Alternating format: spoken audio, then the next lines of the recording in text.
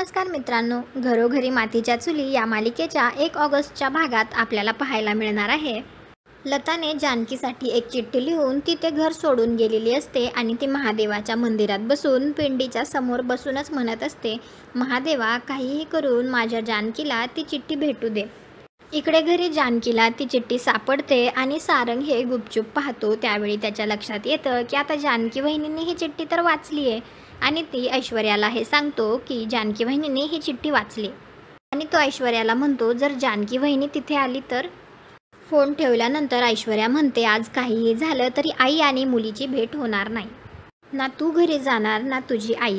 जानकीसुद्धा त्या मंदिरात आलेली असते आणि सेम लतासारखी साडी घालून एक बाई मंदिरात बसलेली असते. जानकीला असं वाटतं की तीच तिची आई आहे आणि म्हणून ती तिच्या पाठीवर हात ठेवते. परंतु ती बाई जेव्हा मागे वळून पाहते तेव्हा तिच्या लक्षात येतं की ही तिची आई नाही आहे आणि ती बाई जानकीवर हल्ला करते. तुम्हाला काय वाटतं? त्या बाईला सेम साडी नेसवून ऐश्वर्याने तिथे बसवलं असेल का? कॉमेंट करून नक्की सांगा. व्हिडिओला लाईक करा. आपल्या मराठी मालिका चॅनलला सबस्क्राईब करा. भेटू उद्याच्या भागात.